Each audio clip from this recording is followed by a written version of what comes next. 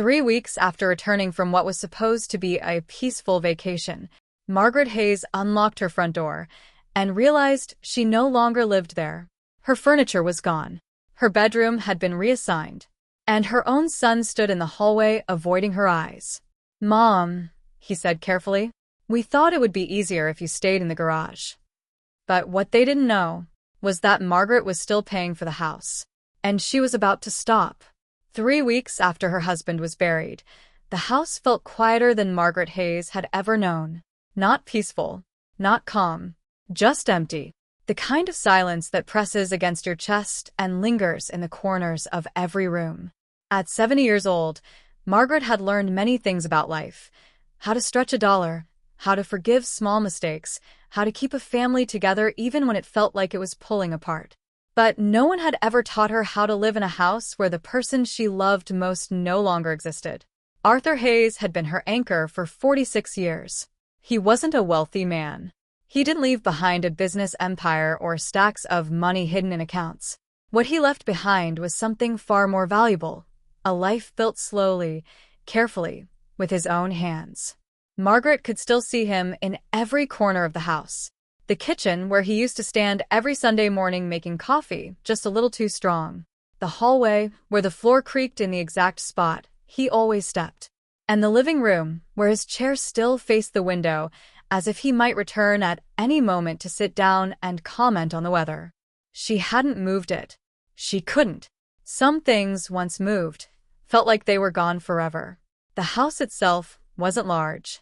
Just a modest 2-story home on the edge of a quiet neighborhood, the kind where neighbors waved from their porches and children once rode bicycles up and down the street until the sun disappeared.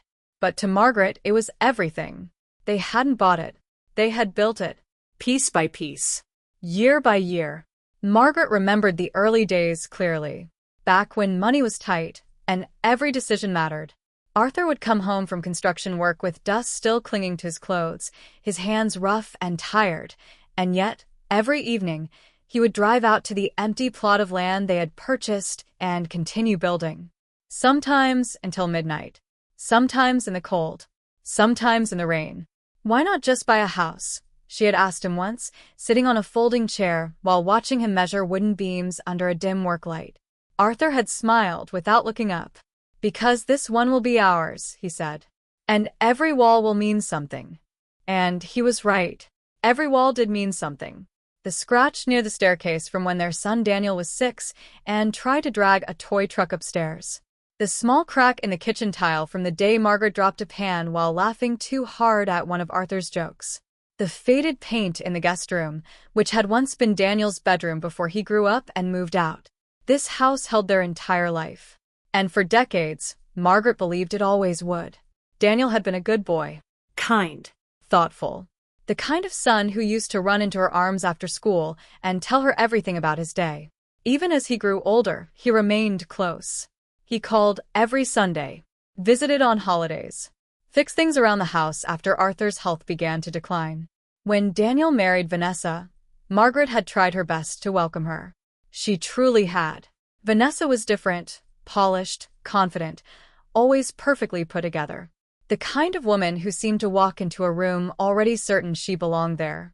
Margaret told herself that difference wasn't a bad thing. Families change. They grow. They adapt. That's what she had always believed. And for a while, it seemed true. After Arthur passed, Daniel began visiting more often. At first, Margaret thought it was out of love. He checked the plumbing, handled paperwork, brought groceries. Vanessa came along sometimes too, offering polite smiles and carefully worded sympathy. "You shouldn't have to handle everything alone," Vanessa had said one afternoon, standing in the doorway of the kitchen. And Margaret had nodded, grateful, relieved. She didn't realize then that some offers of help don't come without a cost. Because while Margaret was mourning the life she had lost, something else, much quieter, was beginning to shift inside the very walls of her home. And she wouldn't understand it until it was far too late. The idea of the trip had come from Vanessa. Margaret remembered the exact moment it was suggested. They had been sitting in the living room, late afternoon sunlight stretching across the hardwood floor, dust particles drifting lazily in the air.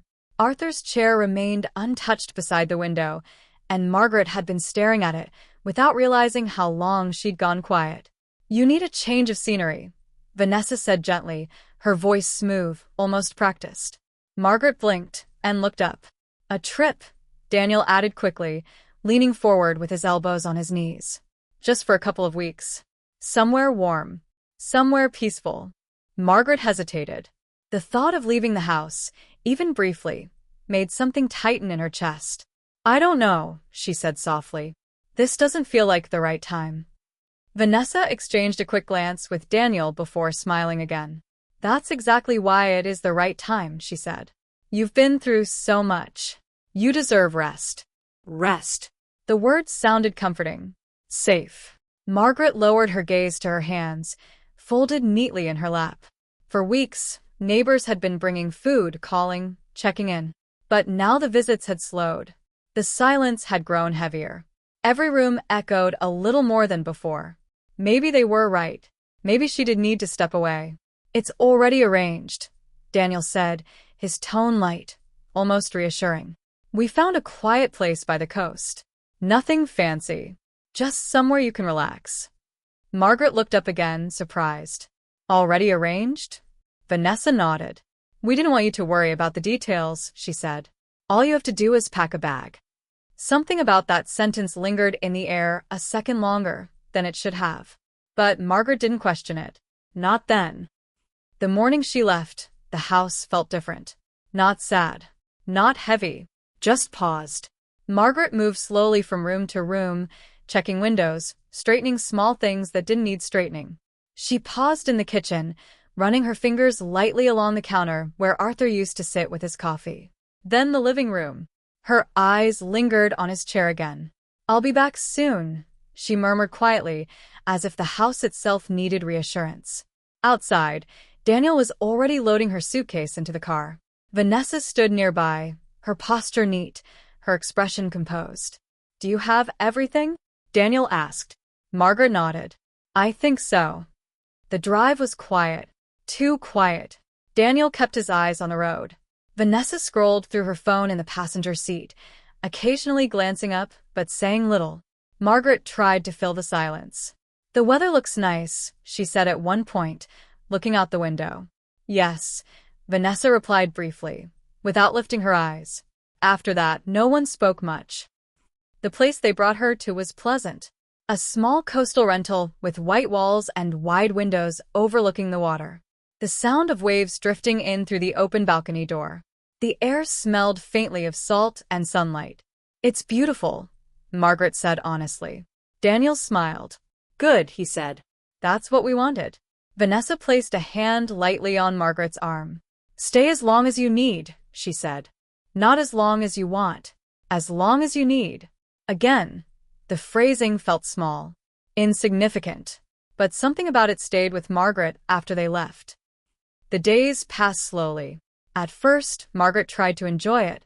She walked along the shoreline in the mornings, sat by the window with a cup of tea, watched the horizon shift colors as the sun rose and fell. But no matter how peaceful the ocean looked, something inside her felt unsettled. Daniel called less than she expected. Vanessa didn't call at all. When Margaret tried to reach them, the conversations felt rushed. "We're just busy with a few things," Daniel said one evening. "What kind of things?" she asked gently. "Oh, house stuff." "House stuff." Margaret frowned slightly. "What do you mean?" But Daniel had already moved on. "Don't worry about it, Mom," he said quickly. "Just focus on relaxing." Relaxing. Margaret looked out at the ocean again, the waves rolling in steady, predictable patterns. For the first time since arriving, she didn't feel relaxed at all. She felt like something was happening. Somewhere far away, in a place she should have been. And no one was telling her what it was. Margaret decided to come home earlier than planned. She didn't announce it, didn't call ahead, didn't ask permission.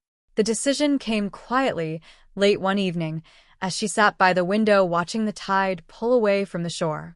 The ocean, once calming, now felt distant, almost indifferent. Something wasn't right. And the longer she stayed away, the stronger that feeling became. By the next morning, her suitcase was packed. The drive back felt longer than it should have. Margaret kept both hands folded in her lap, watching familiar roads slowly return. The small gas station on the corner, the row of maple trees lining the highway, the old bakery she and Arthur used to visit on Sunday mornings. Each landmark should have felt comforting. Instead, it felt like she was returning to something unknown. Something changed. When the taxi finally pulled up in front of her house, Margaret's breath caught. At first glance, everything looked the same. The white siding, the small front porch, the curtains in the window. But then she noticed it. The car in the driveway. Not Daniel's. Not hers. A sleek black SUV she didn't recognize. Margaret frowned slightly as she stepped out, her shoes pressing softly against the gravel path.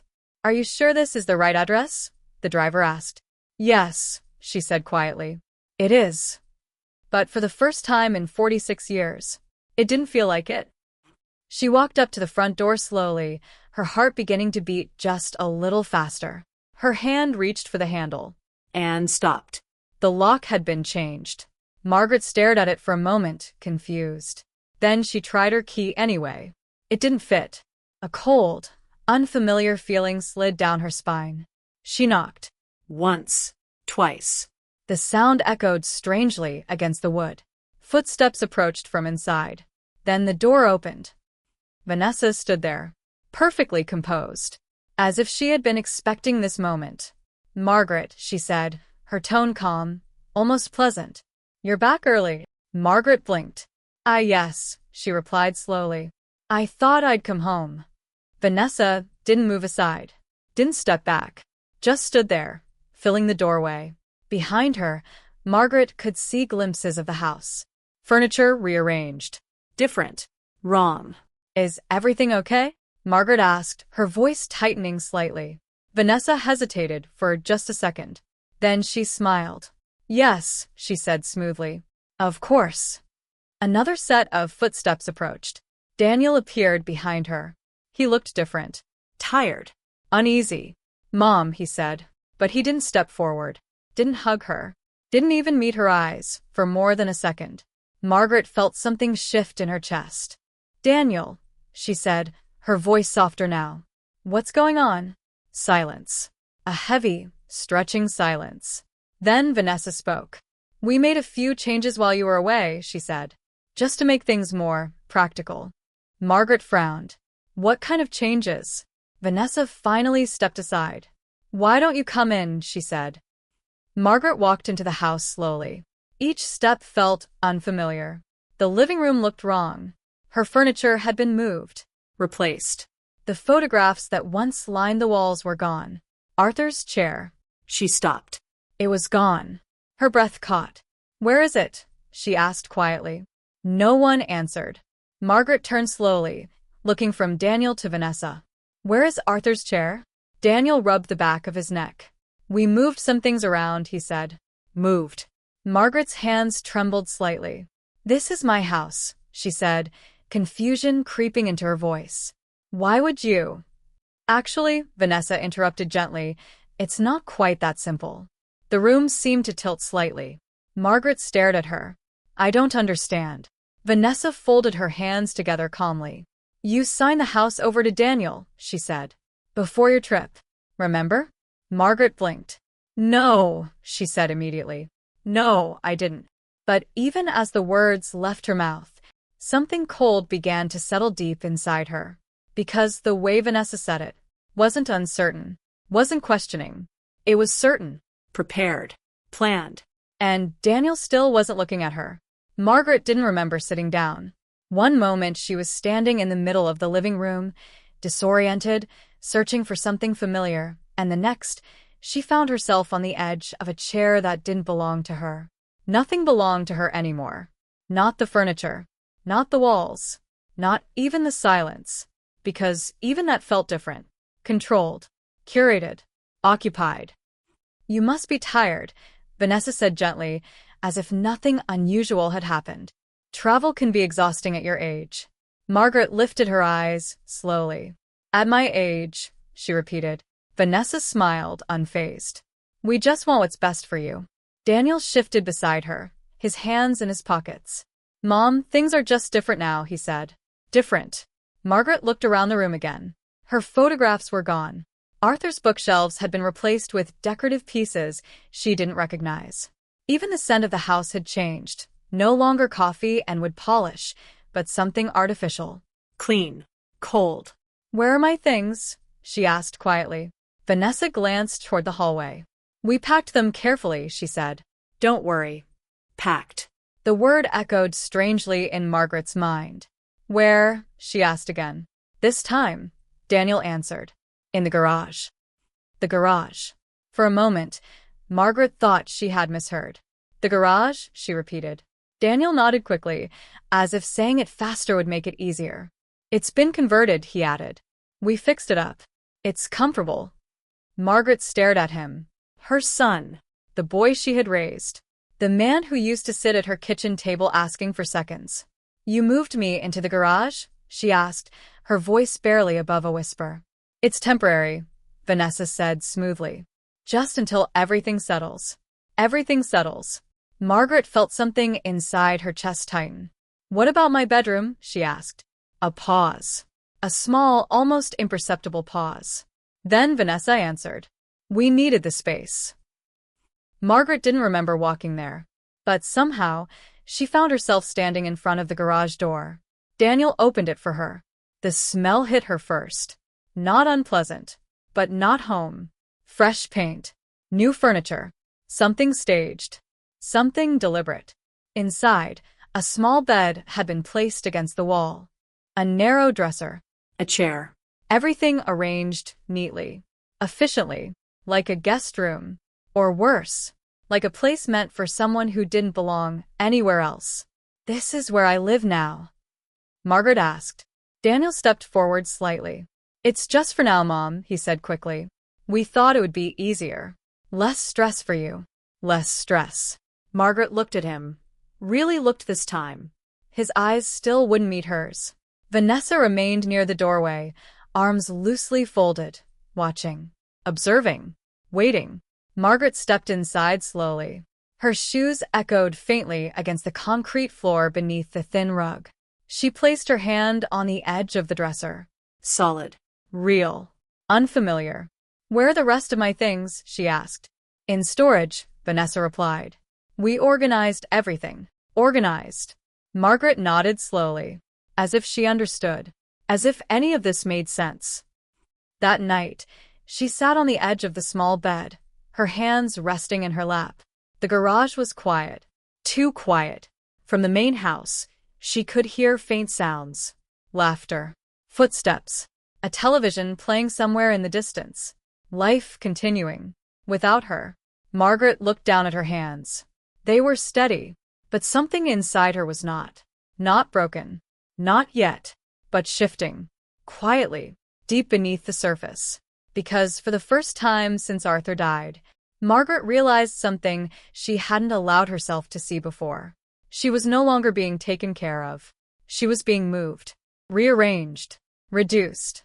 And somewhere in the middle of that realization, a single, clear thought began to form.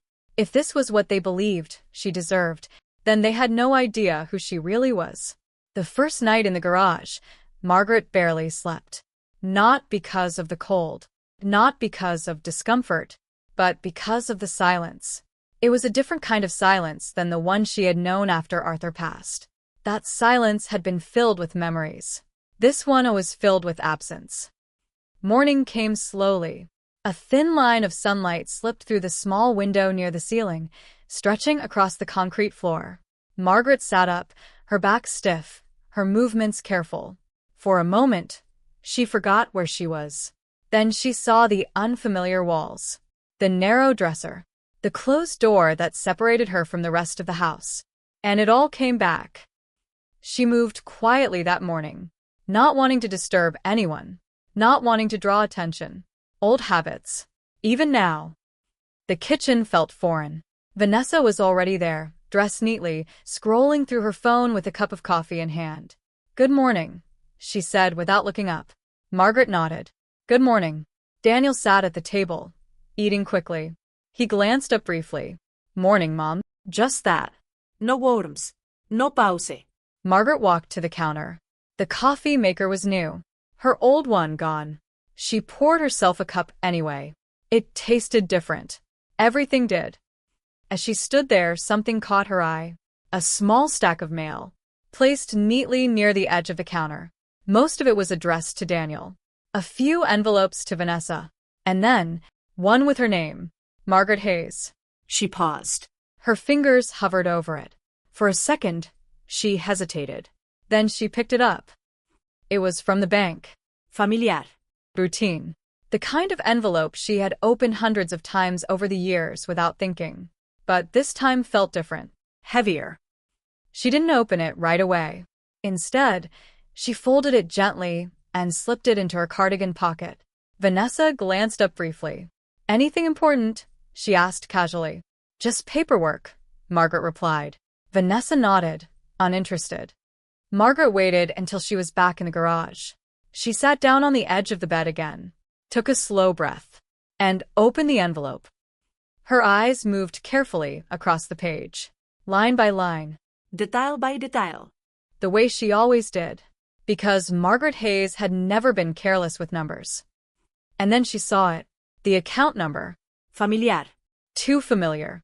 Her name, still there. And below it, monthly mortgage payment, processed. Margaret frowned. She read it again, slower this time, more carefully. The house. This house. The one she had supposedly signed away. The one she no longer lived in.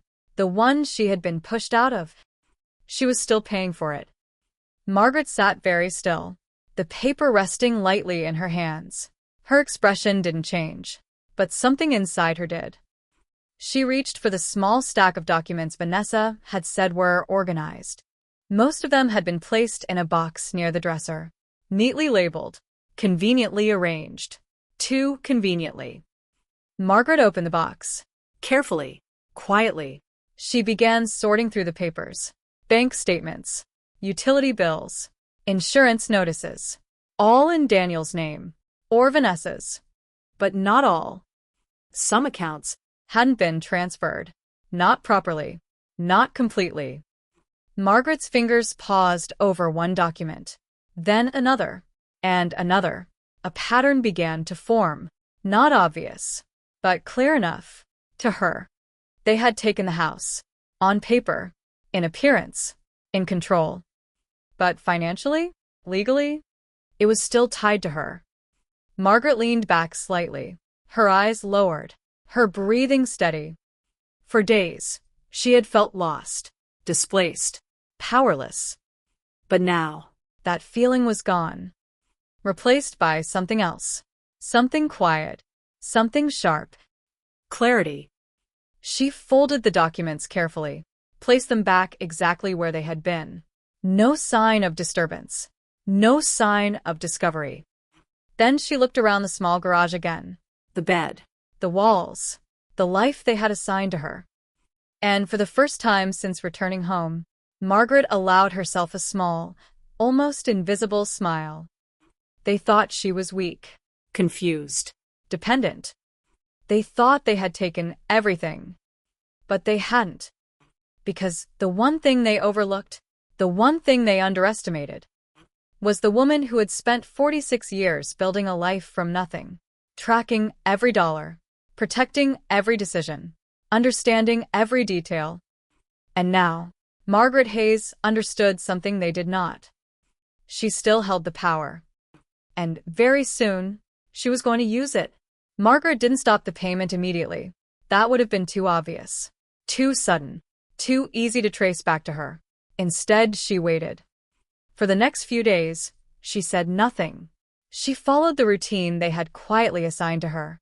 Wake up early, stay out of the way, eat quickly, return to the garage. Invisible. Vanessa seemed pleased. Daniel seemed relieved. And Margaret observed. She noticed everything. The way Vanessa spoke about their house now, as if the words came naturally. The way Daniel avoided any conversation that required explanation. The way bills were left on the counter, without concern, because neither of them truly understood them. That was their weakness. And Margaret recognized it immediately. On the fifth morning, she made her decision. Not out loud, not dramatically, just a quiet, final thought as she folded the latest bank statement and slipped it back into its envelope. Enough. The next payment date came and went, and Margaret did nothing. No transfer. No buseresasjen. No call. For the first time in decades, she let the system stop. At first, nothing happened. The house remained quiet. Vanessa continued her routines. Daniel went to work as usual. But Margaret knew better. Financial systems didn't react instantly. They built pressure. Slowly, silently, until something cracked. She needed time. And more than that, she needed independence. That same week, Margaret left the house without telling anyone. Not sneaking, not hiding, just leaving, as if she still had the right to. The small diner on Maple Street hadn't changed much. The same faded sign. The same bell above the door that chimed softly when she stepped inside. The same smell of coffee and warm bread. For a moment, Margaret stood there still. Memories flickered. Arthur sitting at the counter years ago. Daniel as a boy, swinging his legs from a stool. A life that once felt simple. "Can I help you?" A voice called from behind the counter. Margaret looked up. A woman in her 50s, wiping her hands on an apron. Kind eyes. Tired but warm. "I was wondering," Margaret began, her voice steady, "if you might need some help here." The woman studied her for a moment. "You've done this kind of work before?" Margaret gave a small smile. "A long time ago." There was a pause. Then the woman nodded. "We can always use someone reliable." Reliable. The word settled deeply. Margaret started the next day. The work wasn't easy. Her feet ached. Her back protested. Her hands moved slower than they used to. But none of that mattered. Because for the first time since everything had been taken from her, Margaret was choosing something for herself. Earning her own money again. Making her own decisions. Moving on her own terms. At home, no one noticed at first. Or if they did, they didn't ask. Vanessa was too focused on maintaining control. Daniel too focused on avoiding conflict. They still believed Margaret was exactly where they left her. In the garage. Waiting. Dependent. They didn't see the shift happening right in front of them. Didn't see the way her posture changed. The way her eyes sharpened. The way silence no longer meant weakness, but calculation. And they definitely didn't see what was coming next. Because while they were busy living in a house they thought they owned, Margaret Hayes was quietly taking back her life, one decision at a time. Margaret didn't rush into the next step. She had learned long ago that rushing led to mistakes. And mistakes cost everything. Instead, she listened. The diner became more than just a place to work. It became a place where people talked freely, where stories slipped out between coffee refills and quiet moments, where no one saw her as weak. No one saw her as disposable. They saw her as capable. "Table 3 needs another pot," someone called.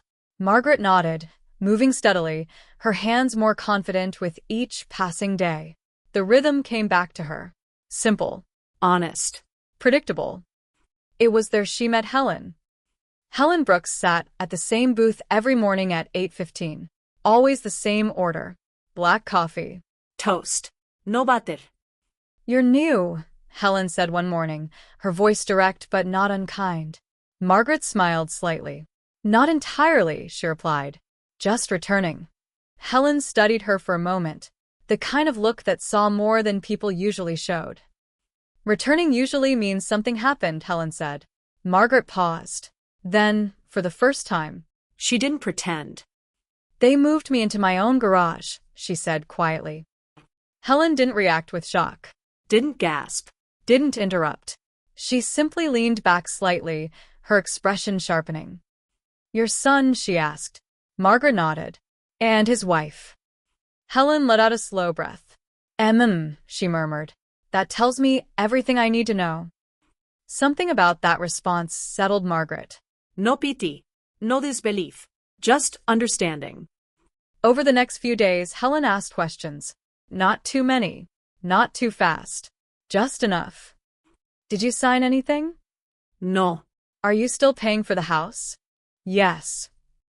Helen's eyes narrowed slightly. Then they made a mistake, she said simply. A mistake. Margaret repeated the word silently. It didn't feel like a mistake. It felt deliberate, calculated. But Helen shook her head. No, she said. People like that always leave something unfinished. They focus on control, not details. Details. Margaret understood details. Do you have a lawyer? Helen asked. Margaret hesitated. We used to, she said. Years ago. Helen reached into her bag and pulled out a small card. My nephew, she said, sliding it across the table. He's not flashy. Not expensive. But he pays attention. Margaret looked down at the card. James Carter. Attorney at law. Asterisk, asterisk. That evening, Margaret sat in the garage, turning the card over in her hands. The small space no longer felt like a place of defeat. It felt like a place of planning. The next morning, she made the call.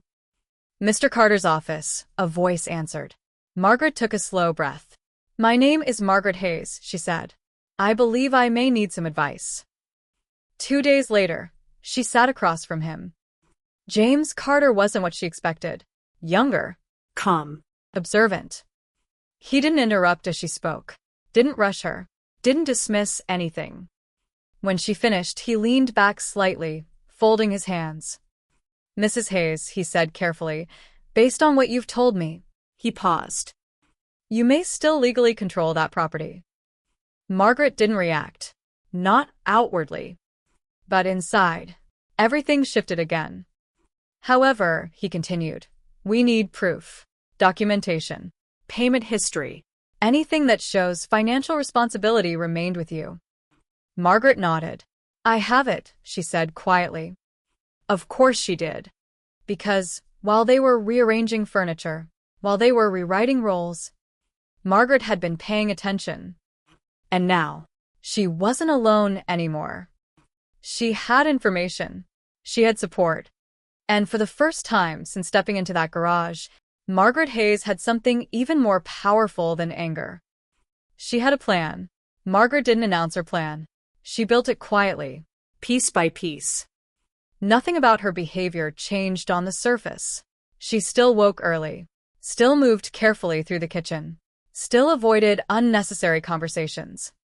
To Daniel and Vanessa, she remained exactly what they believed her to be. Harmless. But beneath that stillness, everything was shifting. Every evening, after returning from the diner, Margaret sat at the small table in the garage. The same place where she had once felt displaced now became her workspace. Documents were spread neatly in front of her. Bank statements, payment confirmations, old records she had carefully preserved over the years. She didn't rush, Didn't skim. Didn't assume. She read everything, line by line, date by date. Because Margaret Hayes understood something most people ignored.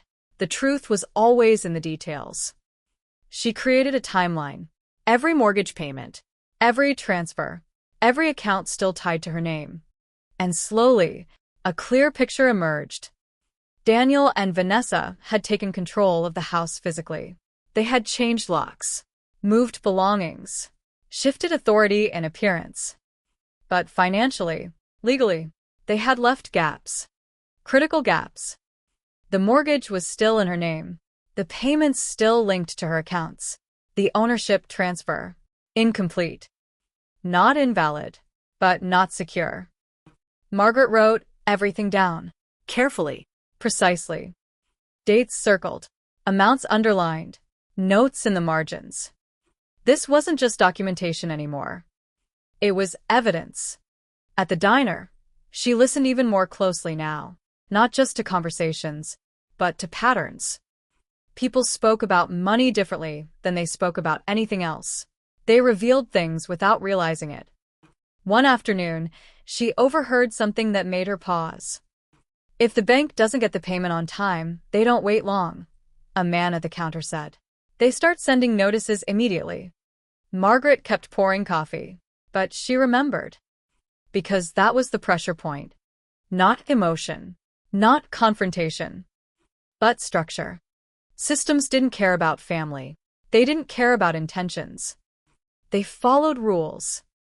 And Margaret intended to use those rules. Later that week, she met with Mr. Carter again. This time, she brought everything. He reviewed the documents slowly, silently. Then he nodded. "This is good," he said. "Very good." Margaret sat still, her hands folded neatly in her lap. "If we proceed carefully," he continued, "we don't need to fight them directly." He looked up at her. "We let the system do it for us." Margaret's eyes met his. "That's exactly what I want," she said. "No shouting. No scenes. No begging. Just consequences. Natural. Inevitable." Back at the house, nothing seemed different. Vanessa still walked through the rooms like she owned them. Daniel still avoided long conversations. They still believed everything was under control. They didn't check the accounts, didn't verify the payments, didn't question the silence. Because control had made them comfortable. And comfort made them careless. That night, Margaret placed the final document back into the folder, closed it gently. Then she looked around the garage again. Not as a prison, not as a punishment, but as the place where everything changed. Because while they were busy living in a house built on assumptions, Margaret Hayes had built something far more powerful. A case. And very soon, she was going to let it unfold. The first notice arrived quietly, folded neatly among the rest of the mail. Unopened, unnoticed. Margaret saw it before anyone else did. Of course she did. It sat on the kitchen counter that morning, mixed in with advertisements and routine bills. A plain envelope. Official. Unremarkable. But Margaret recognized the logo immediately. The bank. She didn't touch it. Didn't pause. Didn't draw attention. She simply poured her coffee and walked past it, as if it meant nothing. Vanessa picked it up later, glanced at it, then set it aside without opening it. "It's probably just a statement," she said casually. Daniel nodded. Neither of them looked concerned. Margaret said nothing.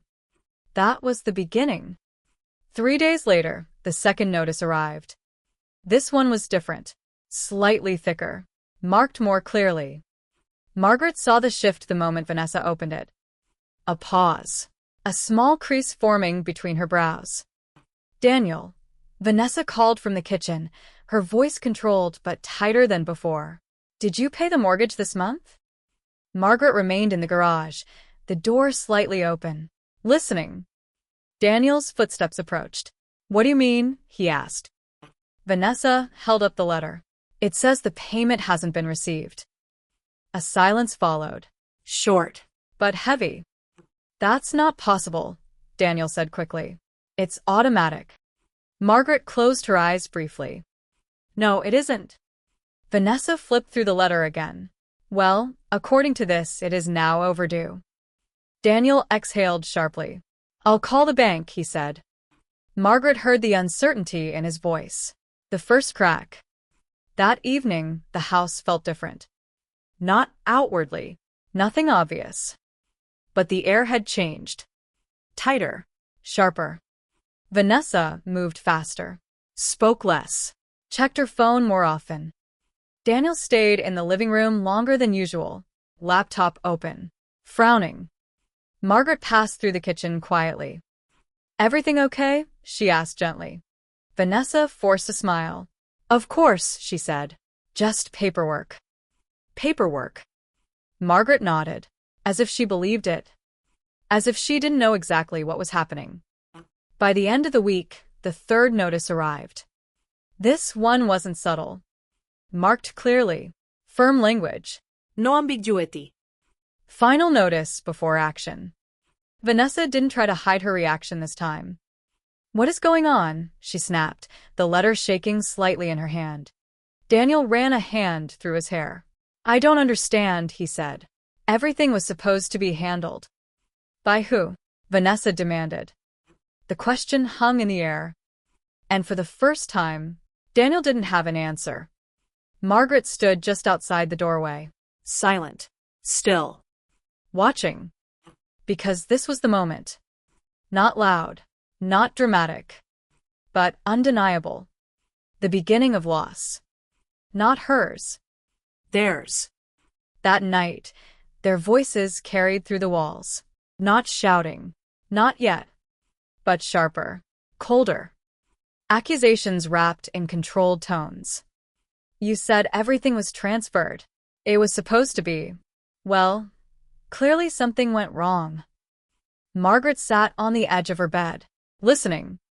Not with satisfaction. Not with anger. But with clarity. Because this was never about revenge. This was about balance. About truth returning to where it belonged. And now, the system had begun to respond. Exactly as she knew it would. Margaret lay back slowly, her hands resting calmly on her chest. Above her, the faint sounds of tension continued. Growing. Spreading. And for the first time since she had been pushed into that garage, Margaret Hayes felt something unfamiliar. Not pain, not loss, but control. And she knew this was only the beginning. By the second week, the pressure was no longer subtle. It had weight. The letters stopped being ignored. Vanessa opened them immediately now, sometimes before even setting down her purse, sometimes with hands that moved just a little too quickly. Daniel checked the mailbox himself. Every day. Margaret noticed everything. The way Vanessa's voice sharpened when she spoke. The way Daniel's patience thinned. The way silence between them began to feel dangerous. You need to fix this, Vanessa said one evening, her tone no longer controlled. I'm trying, Daniel replied, frustration creeping through. Trying isn't enough. Margaret sat at the small table in the garage, reviewing her documents again. Not because she needed to, but because she understood timing. And the timing was almost right. The bank had escalated. Late fees added. Warnings repeated. Language growing colder. More official. One more step, and consequences would begin. That was when Margaret made her move. She didn't raise her voice. Didn't wait for a dramatic moment. She chose dinner. A quiet evening. All three of them at the table. Vanessa had cooked. Daniel sat stiffly, distracted. Margaret placed her napkin neatly beside her plate. Then she spoke. I received a letter from the bank, she said calmly. Both of them froze. Vanessa recovered first. Oh, she said lightly. It's probably just. It wasn't addressed to you, Margaret interrupted gently. Silence. Daniel looked up. Really looked at her this time. What do you mean? He asked. Margaret folded her hands together. I mean, she said, her voice steady, the mortgage is still in my name. Vanessa's expression didn't change immediately, but something behind her eyes did. That's not possible, she said. Margaret reached into her bag, placed a document on the table. Payment history, she said. Every month. For years. Daniel leaned forward, his face draining of color as he read. You said everything was transferred, Vanessa snapped, turning to him. I thought it was, Daniel said, his voice low. Margaret watched them. Calm. Still. This house, she continued, may look like yours. She paused. But financially, legally. She met Daniel's eyes. It never stopped being mine. The room went completely silent. Vanessa's hand tightened around the edge of the table. That doesn't change anything, she said quickly. We live here now. Margaret nodded slightly. Yes, she said. You do. Another pause. Because I allowed it. The words landed softly, but they carried weight. Daniel sat back slowly. What are you saying? He asked. Margaret reached for another paper, placed it beside the first. A notice, she said. Final stage before legal action. Vanessa's composure cracked. "You did this?" she demanded. Margaret didn't flinch. "I stopped paying," she said simply. The truth settled over the room. Heavy. Unavoidable. "You can't do that," Vanessa said, her voice rising now. "We live here." Margaret tilted her head slightly. "And yet," she replied calmly, "you never thought to check who is paying for it." Daniel closed his eyes briefly. "Mom," he started.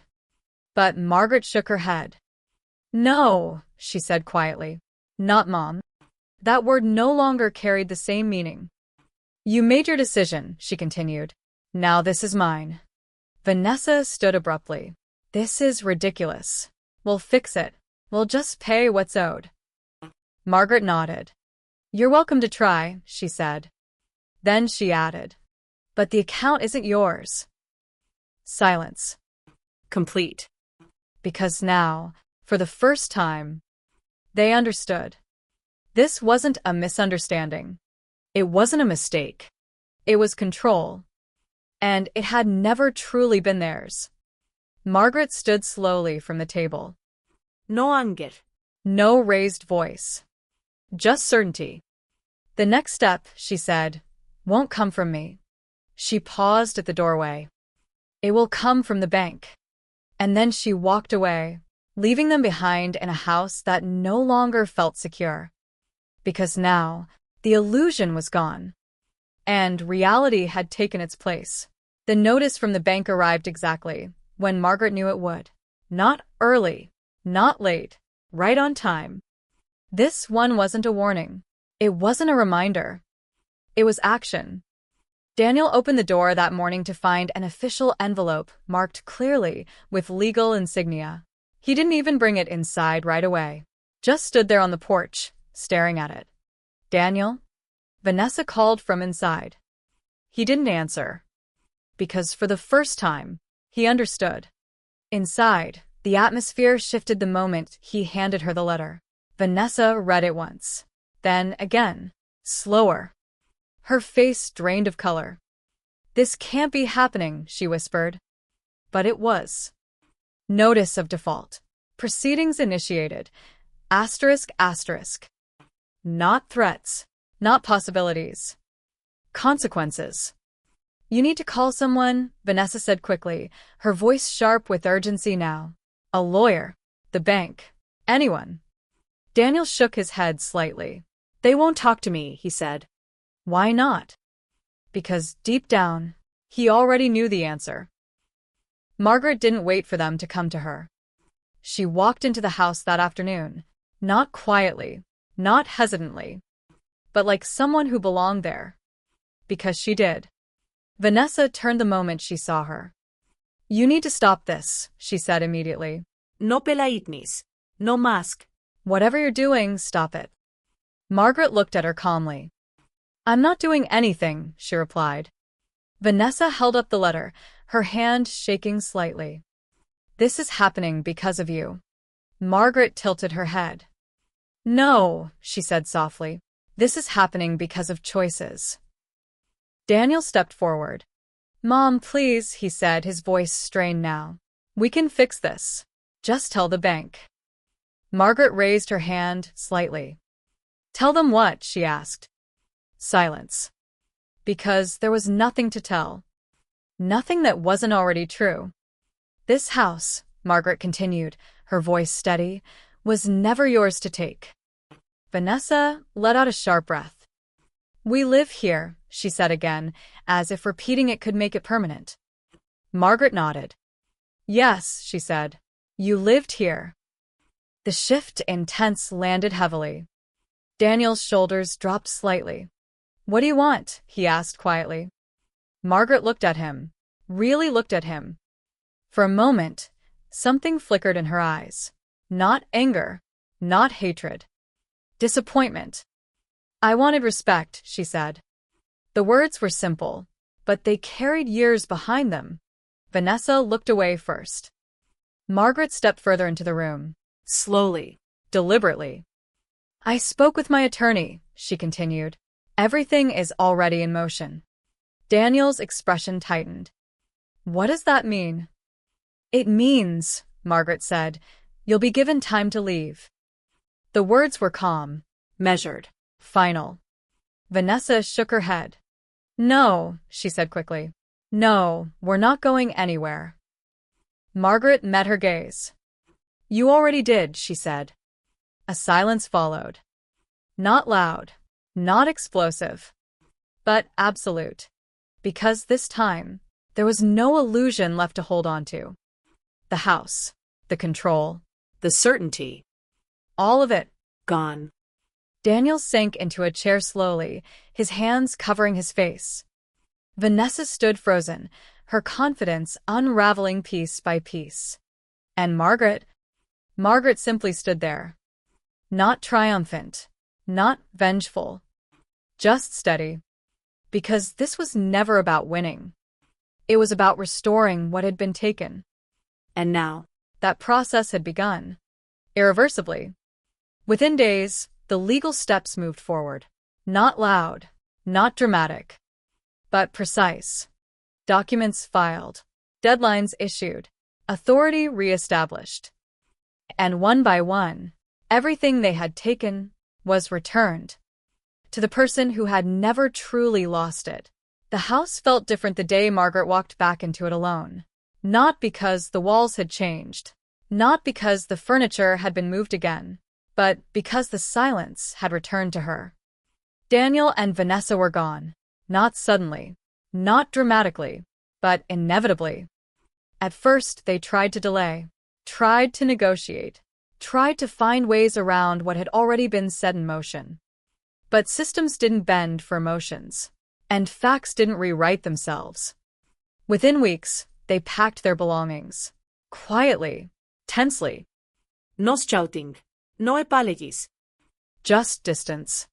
On the morning they left, Margaret stood in the hallway, watching, not interfering. Not stopping them. Daniel paused at the door.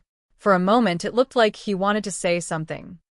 But whatever words he had, they never came. He lowered his eyes, then walked out.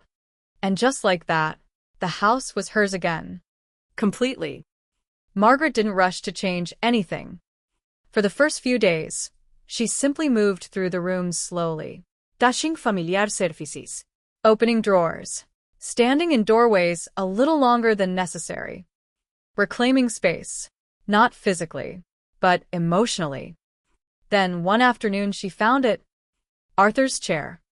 It had been placed in the storage room. Covered. Forgotten. Margaret stood there for a long moment before pulling the sheet away. Dust lifted into the air, catching the light. She ran her hand gently along the worn armrest. I told you I'd come back, she whispered. That evening, she carried it into the living room, placed it exactly where it had always been, facing the window. And, for the first time in months, the house felt right. Not full, not complete, but honest. Margaret continued working at the diner, not because she had to, but because she wanted to. It reminded her of who she was. Before everything. Before loss. Before betrayal. Helen still sat at her usual table, still drank her coffee black. You look different, Helen said one morning. Margaret smiled. I am, she replied. And she meant it. Because what Margaret had regained wasn't just a house. It was something far more important. Her voice, her boundaries, her sense of self. The quiet understanding that love without respect isn't love at all. On a warm afternoon, Margaret sat in the living room, sunlight stretching across the floor just like it used to. Arthur's chair beside her, a cup of coffee in her hands. Peace didn't come loudly. It arrived gently. In the absence of tension. In the return of familiar rhythms. In the quiet certainty that she no longer needed anyone's permission to exist in her own life. Margaret Hayes had lost many things. A husband. Time. Trust. But in the end, she found something stronger. Not revenge. Not victory. But dignity. And, as she looked around the home she had built, protected, and finally reclaimed, she understood something clearly. Family can break you, but it can also reveal who you truly are. And Margaret Hayes was never someone to be erased.